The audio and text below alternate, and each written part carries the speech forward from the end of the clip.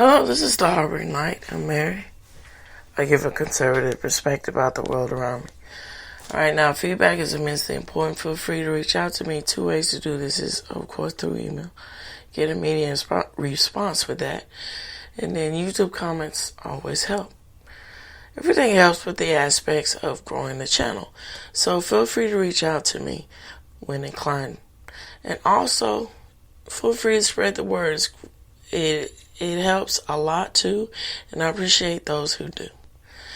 Okay, so on to the topic here. So I'm going to continue out with the aspects of the book, talking about the Iggy Pop book, and giving my thoughts on the continuation about the other decades and perspectives and the photos that are reflecting all of that.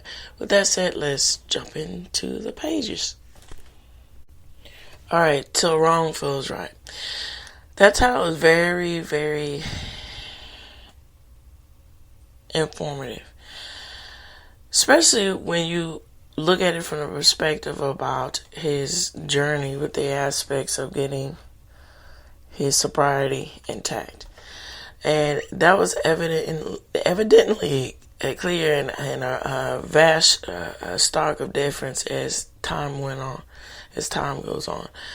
Okay, for example, in the 60s and 70s, he was still in his drug phase, heavily drugged out, everything else, and these things were, just very clear and just, he was a mess, right? And, unfortunately, that I don't agree that should be, it's just very unfortunate, and I don't agree that should be somehow a rite of passage or, what have you with musicians. But, yeah, to each his own, but God bless him. And, so by the time he reached the 1980s, you could see that he was really transitioning to his own. Earlier it was still hard for him because, and I believe, I'm going to link those sources for you. By this one interview where, he was still out of it to the point where it's like the lady who was interviewing him was like, oh, well, which is interesting enough because it's just funny how dynamics and decades and everything shifts with what is acceptable throughout time. So what am I saying about this? Alright, so his disposition, how he was talking to the interviewer, the woman who was interviewing him in 1981 or so, like that, Iggy Pop.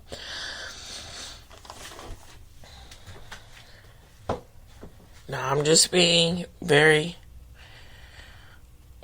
honest about it.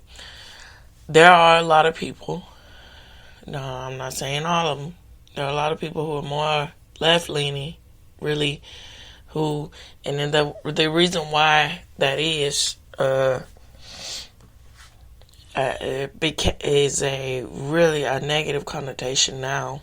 Well, some more than others is because of the aspects of not being able to definitively get out of your own head, right? To just stick a stake in your mind and saying, the way I behave or the way I'm saying and perceiving things is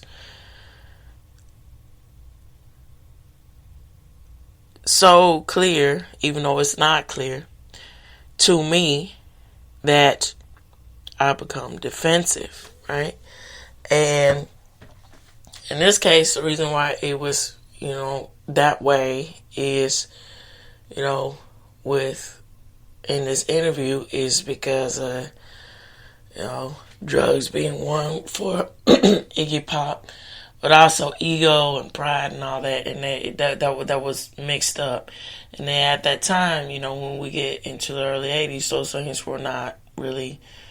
You rub people the wrong way is not acceptable, and when it just it's interesting how the shifts change to where those sort of that mentality is more acceptable now but it's gradually getting better, and it just is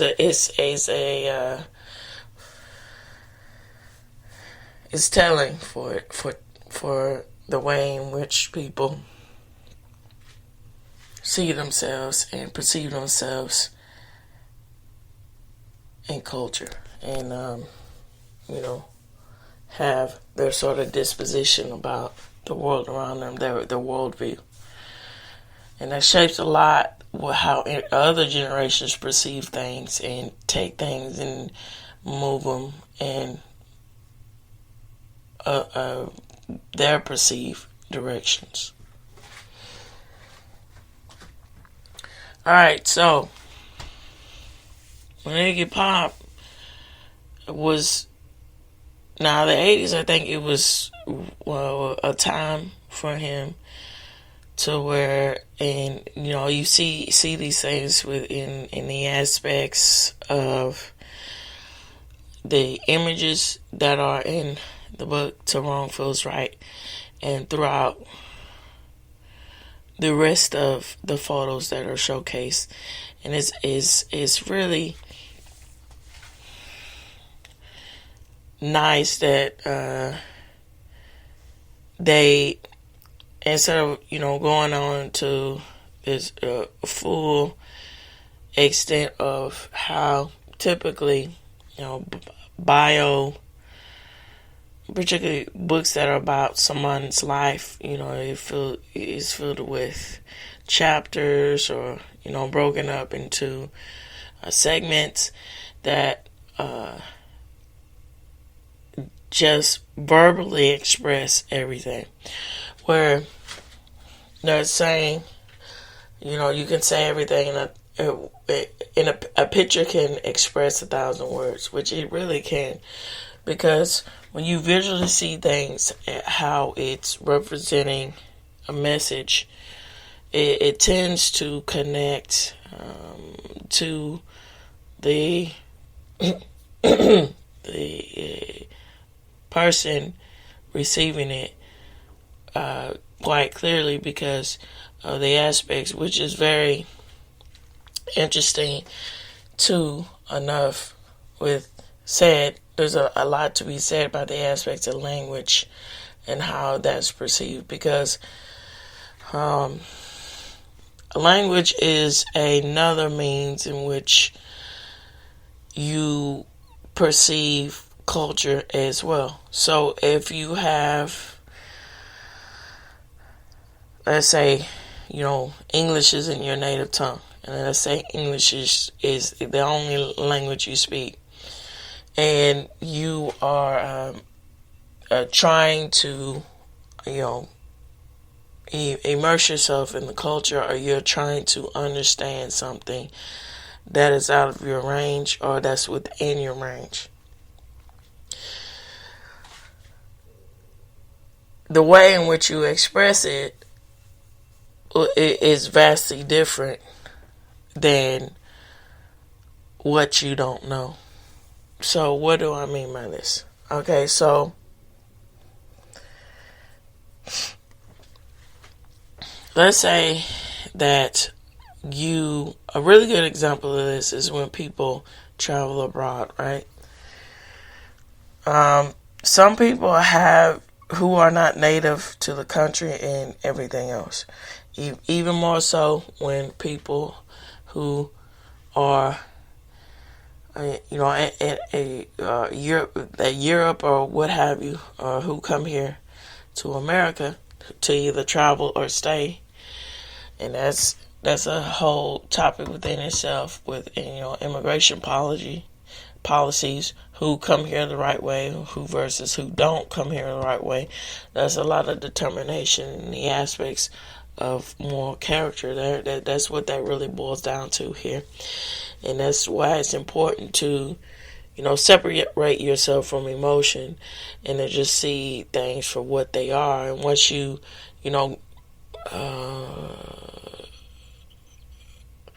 ground yourself in that sort of perspective, that can really open up yourself with appreciating all the gifts that life can give you.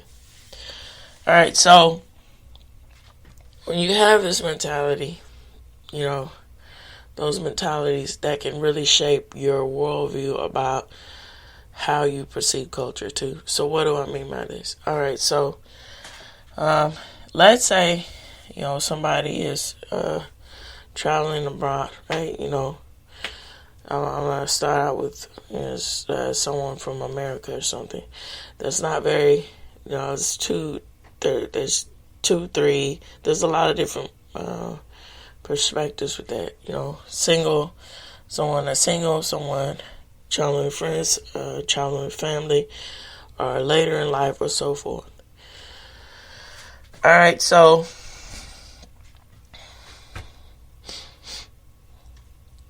if you're traveling with an ego, you're gonna miss out on a whole lot of stuff, and you're not gonna really get the pure value that you can perceive with other cultures, with learning and your disposition of how they influence and shape, and their values shape their point of views about things, or change your point of views about how the world actually works, right? Because when your ego is just constantly taking over that state, you miss being able to learn and expand your mind. Versus when you come into situations being very humble, that helps to broaden your mind and to understand things clearly, precisely. And that's also another tool to help you to be more, grounded and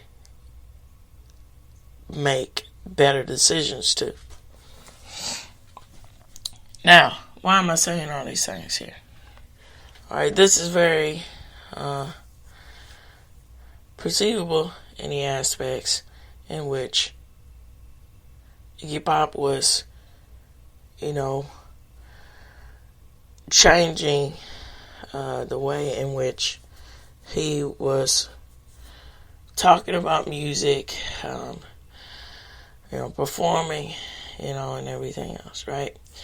Now, there's something to be said about the aspects of, the past is the past, and that's really pronounced and really something else where, I don't quite know in the way he is now, but there's something to be said about the aspects of trying to proceed to get better, to move in a better direction here. And that was very pronounced in the aspects when we get into the 80s and everything else. Now, I want to perceive into the aspects, too, about, particular things that were going on, songs that were going on, and go back into the 80s. In the 70s, they were talking about with the Passenger and all these kind of things. It's quite interesting because even though, it was, I'm going to go back to that one Dinah Shore interview where David Bowie was giving his point of view in which he perceived Iggy Pop with how he deconstructed at that time in his mind with lyrics. Like he was saying that it was something interesting in seeing how his workflow was, even though he was out of his mind. And it's one of those things. He would write things quickly, get to the point, get to it, and then just start deconstructing everything out and then just speaking on it. And he said a lot of that, though, that method reminded him of the aspects in which he knew, that he wouldn't like very much, being beatnik, right? Which is interesting with the aspects of how that can be with counterculture, having the disposition of, my counterculture is better than your perceived counterculture. See, it's one of those things where that in itself is very reflective of shaping culture too, how these ideologies about the way and the state in which you can be shapes a lot. Because the beatnik culture was all about, using poetry to express yourself. And then music came along with that, particularly with jazz and experimental jazz, when we get to that. And then it's quite interesting with somebody that's part of counterculture saying, the way that's not, that's just, the way I perceive things is much better, right? And so, I think the song Passenger, when he, that was something along the lines of the Ziggy Stardust, David Bowie era in which this song came out. It's quite interesting because it was a lot about, you can see it was, from my point of view, for how I perceive it, about being, how that can strip away, being a traveler, just being, what do you call it? Like, I'm trying to think about this here. Being a drifter can really,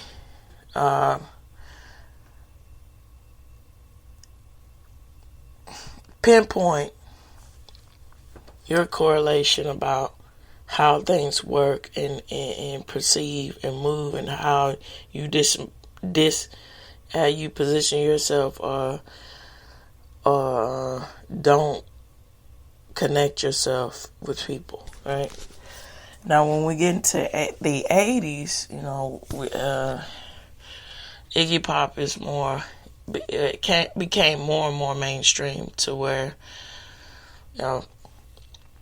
people were like, oh, we see, where it was one of those things where he was becoming part of the very interesting things that were going on with pop and everything else, where he was part of the grab bag where you just never know what you were going to get with the aspects of the influence of what pop could do in the 1980s, because there was so much of a wide range of performers at that time that were redefining what popular music could be, and he was part of that, when with that rebellious spirit, but you could see that was really more restrained and maintained because of his sobriety and everything else, right? And then he was, exuding that male persona of the slick back sort of, which he was riding away of the 1980s, which was the nostalgia of the 1950s, and all the greasers kind of, rebel without a cause, but more restrained with all that. That was what he was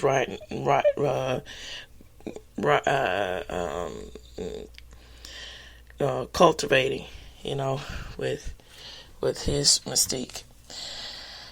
And it was quite interesting when, he, towards the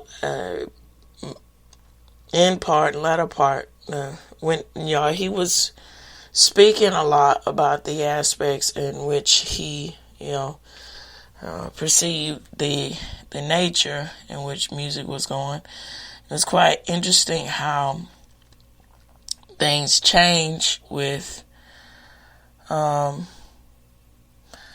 speaking about the political structure of the 1980s. Entertainers and everything speaking about the political structure versus how, unfortunately, entertainers are speaking about the political structures of today. So there's one interview where Iggy Pop is talking about the aspects, Reaganomics. I gotta find it and link it for y'all to see for yourself. Now, I'm trying not to show these things, it's for the aspects. You never know when it comes with copywriting. So I'll just explain it to you, right? So anyway, he's talking about how I'm a proprietor for Reagan because he's helping with the aspects of business for music and everything else. He's opening the door for that to where that was really hard and as far as people are on a tight leash with that, and especially when it gets to record industries and record executives not wanting to take a chance because of the instability of the way in which music was going in the previous decades. Now there's more. The economic turn around is giving those opportunities, right? He's saying, even though, he has different points of views about that, he's saying, hey, that's good. Which is interesting enough because this is very going and reflecting a lot into which an interview, which let's see if I can find that interview. So, anyway, Iggy Pop, which will now, and that'll be a good wrap up for me to talk about how the 2000s, 2010s, and then all of this. All right, because in the 2010s, that was around the time where he was, and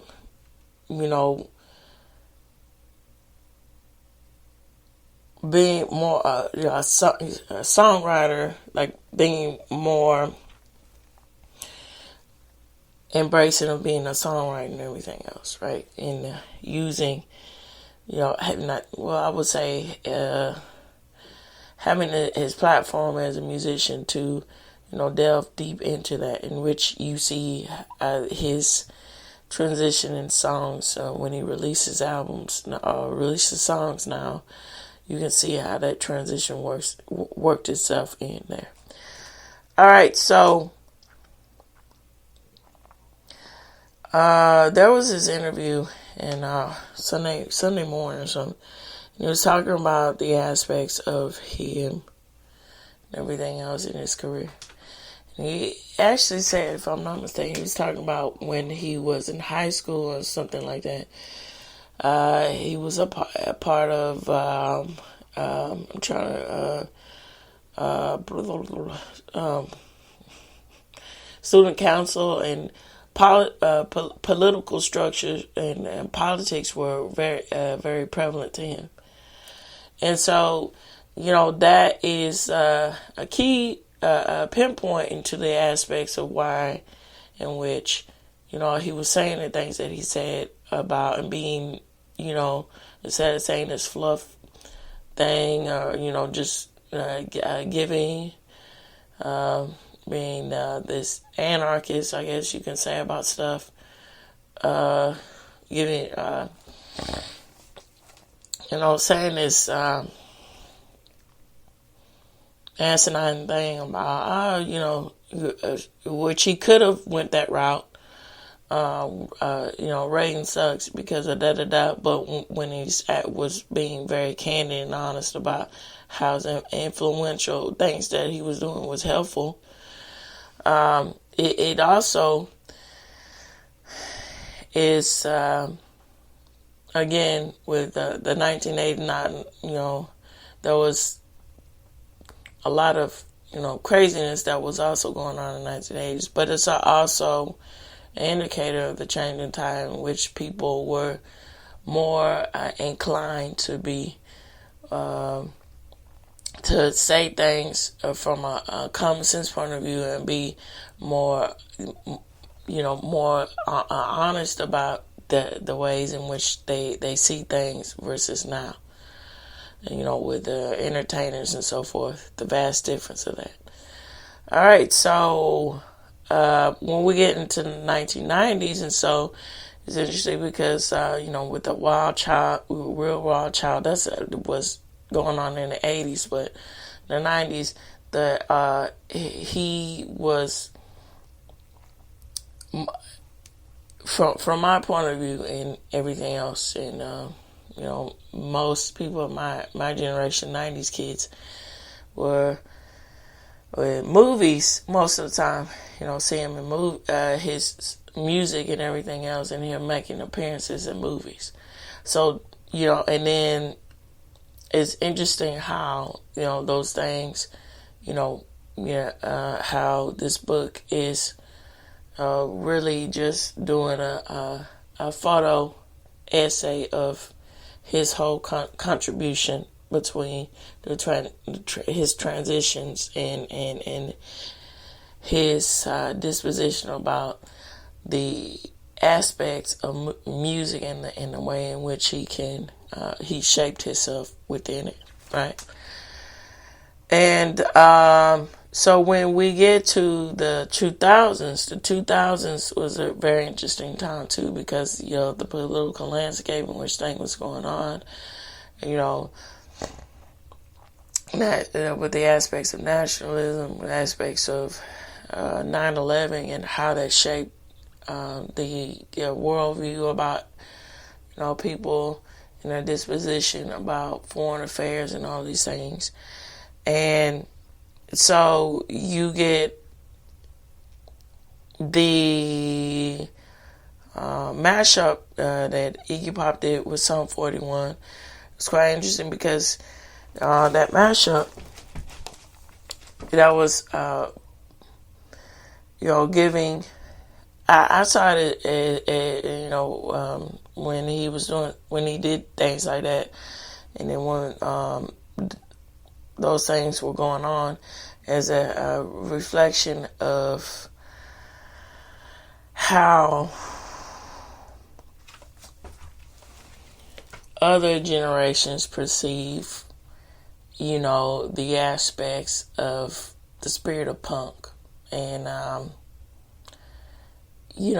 shaping that to where it's more digestible and more upbeat, not where at one perceived time and culture it was only looked at for, especially when you think about from the UK point of view and everything else, and then with the Stooges and everything, that is just all about breaking things down, being the violence of it and everything else, which is some fun to one, and him being a part of that, showing the light side of it, right? Versus when we get in now, his music is more like he's a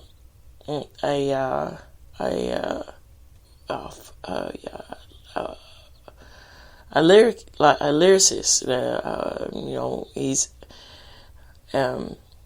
which Cake did that really well, and there's other bands that do that. Tom Petty, rest his soul, was really good with that, with the aspects, with certain music that he released, with the aspects of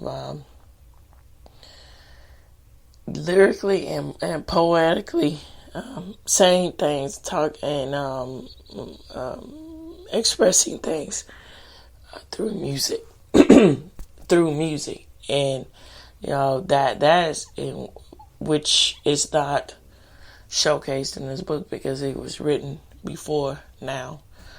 But that is the shape in which, Iggy Pop has, again, redefined himself and his disposition with music in a way, and the shape in which it is going, and how music in itself can cultivate change.